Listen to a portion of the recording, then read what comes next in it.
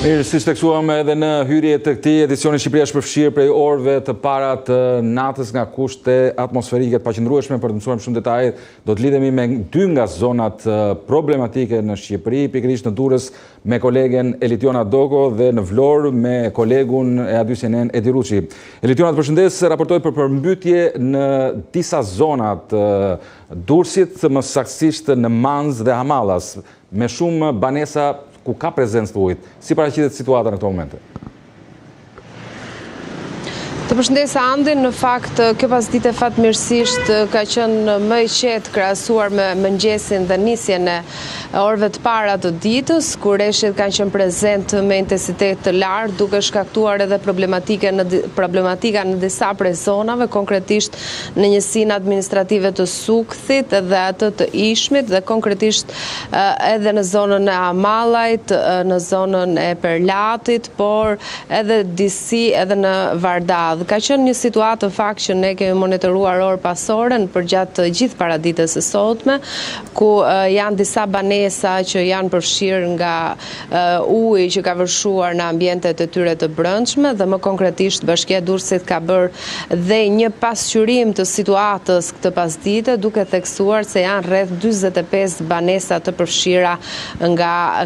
ky intensitet të reshjesh, ndërkohë që sikundër e thashën kryet e erës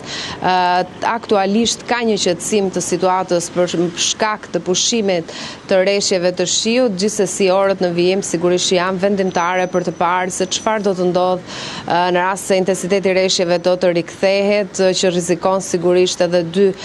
lumen që përshkruajnë qarkun e Durrësit, përgatësisht lumin Ishëm dhe atë Erzen, të cilët në disa segmente të tyre do rrezikojnë që të dalin në shtrate. Deri në momentin që flasim, situata është në normalitet dhe uji që ka qenë i pranishëm në këto banesa që institucionet lokale kanë bërë me dije, aktualisht është tërhequr tërësisht, ndërkohë që do të jetë sigurisht në vëmendje dhe të emergjencave civile e gjithë situata se si do të vijojë përgjatë orëve të natës në disa prej zonave në Perlat, në Hamallaj, por edhe në Sukth, ku ka pasur pranit ujit deri në rreth mesditës, kanë qenë vetë banorët që kanë marrë masa duke vendosur platforma për mos depërtimin e ujit në zona të tjera nga një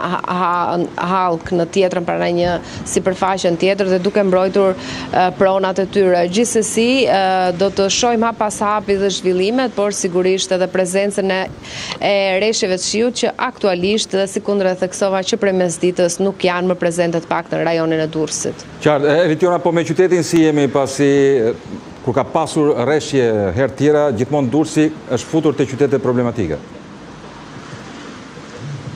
Fatmirësisht këtë herë Durrësit, paktën qyteti dhe lagjet e tij të brendshme i kanë shpëtuar çuditërisht. Intensiteti i reshjeve krahasuar të paktën me atë se çfarë shihej në periferitë dhe në njësitë administrative të prekura ka qenë divergjencë. Në Durrës nuk ka pasur intensitet, të paktën në bashki do thoya intensitet lartë të reshjeve, përveç në orët e para të mëngjesit të sotëm, të nisjes së ditës sotme, dhe fatmirësisht sikundur mund ta shihni, unë jam në një prej hotspoteve, në një prej kryqëzimeve që është gjithmonë protagonist dhe nën pushtetin e ujit, pikërisht në afërsi të stadiumit Niko Dovana, që nuk ka pasur prezencë të ujit absolutisht në asnjë prej nyjeve të brendshme të qytetit Durrësit. I ka shpëtuar me sa duket intensiteti ka qenë më i fokusuar në periferi dhe nuk ka qenë e njëjtë shpërndarja e reshjeve, do thoya, derisa ka pasur një divergjencë të tillë edhe në prezencë uji. Për ta mbyllur, raportohet për ndonjë problematik ankorimi për pikërisht tragetet që vinë nga Italia, apo gjithçka është okay? Në fakt nga dhënat e kapitanerisë së Durrësit, por dhe nga ajo se çfarë konstatojmë, nuk ka prani dhe intensitet lartë të erës, çka nuk pengon vijimin normal të lundrimeve mbrëmjen e sotme, pra sikur është planifikuar rreth mesnatës pritet që të nisen edhe tragetet drejt barit, por edhe anasjelltas, çka do të thotë që dallgësimi det nuk është në intensitetet për të penguar vjushmërinë e lundrimit detar.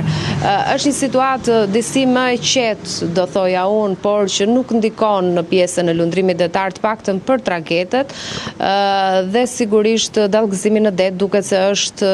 i përballueshëm për të bërë një lundrim të qetë, qoftë drejt barit apo edhe anasjelltas. Qartë, Elitiona Dogo, të falenderoj për informacionet.